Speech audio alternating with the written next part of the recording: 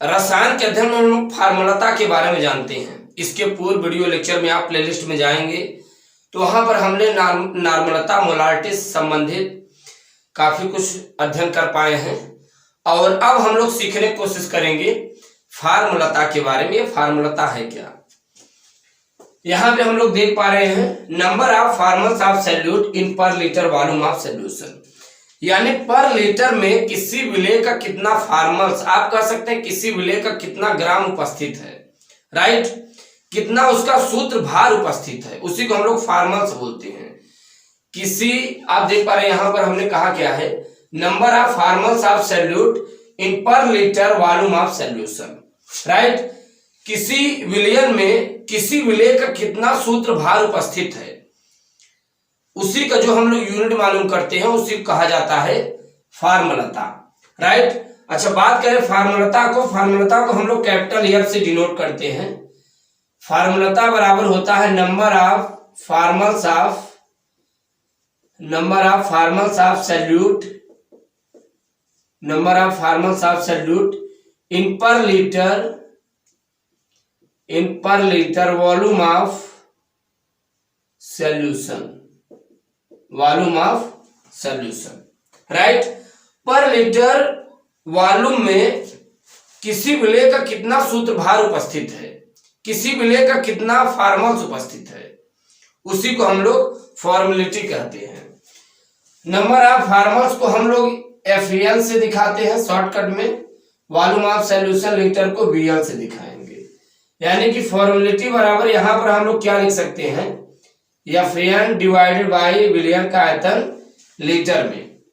अच्छा, number of formals of solute equal to क्या होता है, number of formals of solute equal to होता है फार्मूला मास, क्या होता है, फार्मूला मास डिवाइडेड बाई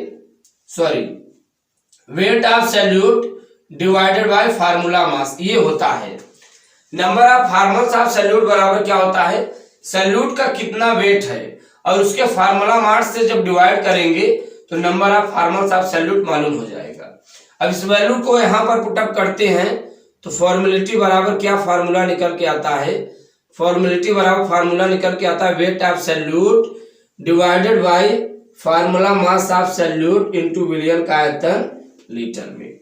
ये है आपका फार्मुलेटी संबंधित फार्मूला। अभी हम लोग काफी इन सभी के बारे में अध्ययन करेंगे। अच्छा, अब सबसे बड़ा जो विचारणीय प्रश्न है, यहां पर हम लोग देख पा रहे हैं फार्मूला मास क्या है, यानी कि FM ये क्या है। जरा इसके बारे में हम लोग समझते हैं।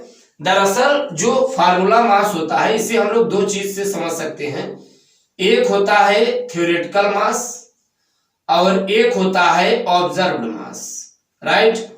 एक थ्योरेटिकल मास होता है, दूसरा ऑब्जर्व्ड मास होता है। अच्छा, बात करें थ्योरेटिकल मास और ऑब्जर्व्ड मास के बारे में। देखिए बच्चों, जो थ्योरेटिकल मास होते हैं वो ज्यादातर हम लोग मोलारिटी वगैरह में अध्ययन करते हैं, राइट। तो वहां पे हम लोगों ने अध्ययन किया था 1 लीटर बिलियन में उपस्थित विलेय की मोलक संख्या बिलियन की मोलकता कहलाती है, और मोलक संख्या बराबर क्या होता है, विलेय का भार बटे विलेय का अणुभार, राइट। तो वही जो अणुभार निकाला जाता है, जैसे NaOH का आप अणुभार कैसे निकालते हैं, NaOH का अणुभार निकालने के लिए 23 + 16 + 1 आप इसे जोड़ेंगे तो 14 आएगा, 40 आएगा।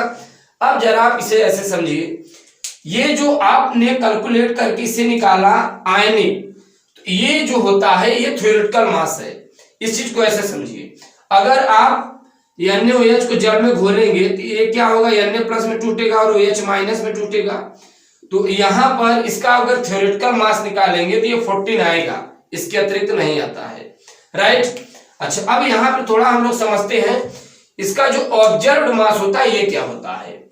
ऑब्जर्व्ड मास की बात करें तो ये एक ऐसा मास होता है जैसे आपने NaCl को कहां पर घोला, जल में घोला, तो यहां पर इसका जब आप थ्योरेटिकल मास निकालेंगे तो 58.5 आएगा, 58.5 आएगा।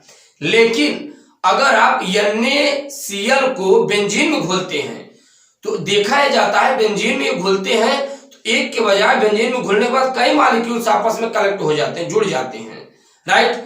अब वहां पर जो इसका आप मास निकालते हैं उसी को हम लोग बोलते हैं ऑब्जर्व्ड मास। जब हम लोग इन्हीं संबंधित न्यूमेरिकल्स के बारे में अध्ययन करेंगे तो वहां पर हम लोग सीख पाएंगे कि ये फार्मूला मास होता क्या है और ऑब्जर्व मास किसे कहते हैं। फिलहाल यहाँ पे जो हम लोग फॉर्मेलिटी के साथ यूज करते हैं, यहाँ पर बच्चों फॉर्मेलिटी के साथ जो हम लोग यूज करते हैं वो ऑब्जर्व मास यूज करते हैं। यानी फॉर्मेलिटी इक्वल टू हो जाएगा weight of solute divided by observed mass into विलियन का आयतन लीटर में। अच्छा, मोलारिटी में हमने क्या बताया था? मोलारिटी बताया था weight of solute divided by molecular मास, यानी कि अब यहां पर जो मास रखेंगे थ्योरेटिकल मास, ये चीज ध्यान में रखना है, इनटू विलियन का आयतन लीटर में। चलिए अब यहां पर अगर हमें फॉर्मेलिटी और मोलारिटी के मध्य रिलेशन निकालना हो तो कैसे निकालेंगे? Relation between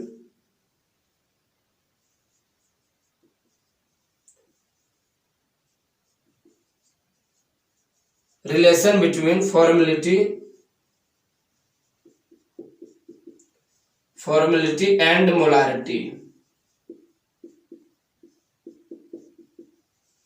relation between formality and molarity. चलिए इनके मध्य रिलेशन निकालते हैं।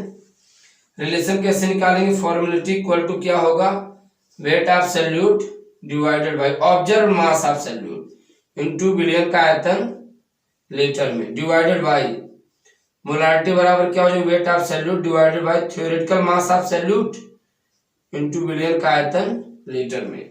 यहां पर ध्यान दीजिएगा, विलियन का आयतन लीटर में क्या हुआ? कैंसिल हुआ और वेट से वेट कैंसिल हुआ, तो यहां पर ये निकल के आता है formality divided by molarity equal to, ये जो थ्योरेटिकल मास है ये ऊपर चला जाएगा, यानी कि theoretical mass divided by observed mass. अच्छा, एक चीज हम लोग ध्यान में रखना है, यहां पर ये जो थ्योरेटिकल मास है और डिवाइडेड बाय ऑब्जर्व्ड मास है, इसी को हम अनुपात को हम लोग कहते हैं आई, और this is I of went Hoff factor, went Hoff factor, right, यही है वेंट हाफ फैक्टर।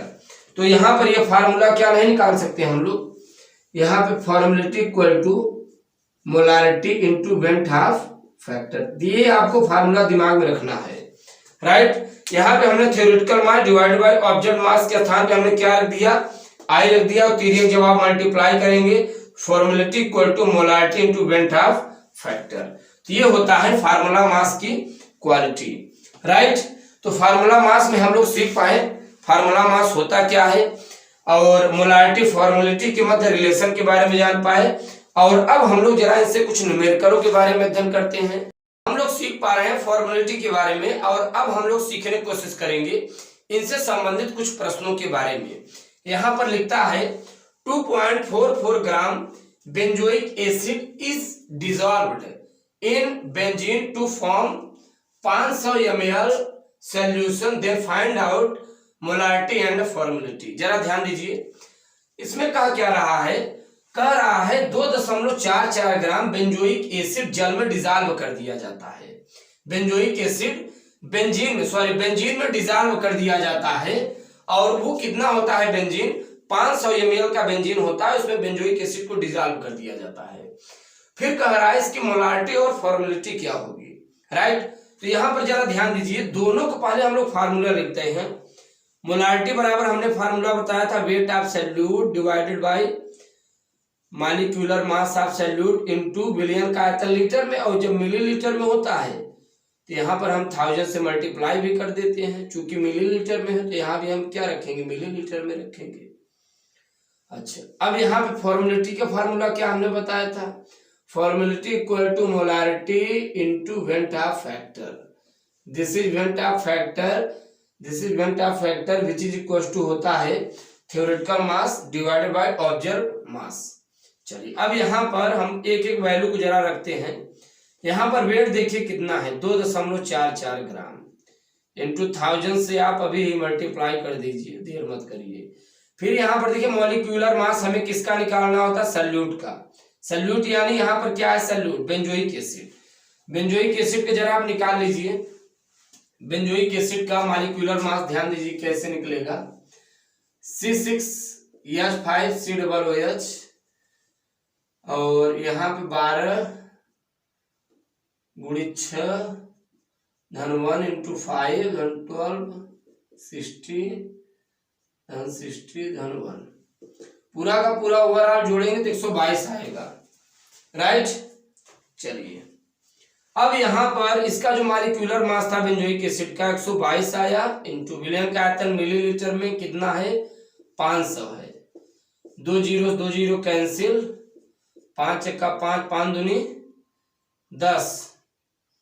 राइट, अब यहाँ पे ध्यान दे 100 का ऊपर मल्टीप्लाई करते 100 का नीचे, तो ये कितना हो जाएगा 244 डिवाइडेड में 122 इंटू 100, 2 कैंसिल आउट हुआ यहाँ पर, 2 दूनी 4, 4/100 बराबर कितना हुआ 0.04। ये है मोलारिटी। अब हम लोग सीखने की कोशिश करेंगे फॉर्मेलिटी के बारे में। तो मोलारिटी तो हमें मालूम हो गया, अब हमें जानना है वेंट ऑफ फैक्टर। तो वेंट ऑफ फैक्टर के लिए हमने आपको बताया था थ्योरेटिकल मास और ऑब्जर्व्ड मास का अनुपात होता है। यहां पर ध्यान दीजिए I equal to,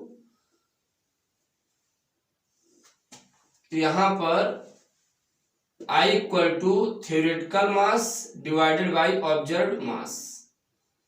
theoretical mass कितना है 122, ऑब्जर्व्ड मास। अब इस चीज को जरा हम लोग समझते हैं। ये देखिए क्या है, बेंजीन है। जैसे सपोज में ये बेंजोइक एसिड है, बेंजोइक एसिड को जब हम जल में डिजॉल्व करेंगे तो ये होता क्या है, जब आप इसे जल में डिजॉल्व करते हैं H2O में, तो ये बेंजोएट आयन में टूट जाता है C6CH5 C++ plus CH+। Benzoate ion में टूटेगा, बट आप इसे जब बेंजीन में घोलेंगे, किसमें, जब आप C6CH6 में घोलेंगे बेंजीन में, जैसे ही बेंजोइक एसिड बेंजीन में डिजॉल्व होता है तो वहां पर ये डायमराइज हो जाता है। यानी कि एक तरीके से जैसे आप देखते हैं डामर वगैरह आप देखते होंगे तो उसके कई मॉलिक्यूल्स आपस में गुथ जाते हैं, जुड़ जाते हैं, वैसे यहां पर भी होता है। जब आप बेंजीन में बेंजोइक एसिड को डिजॉल्व करेंगे, जैसे ही इसके अंदर प्रवेश करता है वैसे डायमराइज हो जाता है।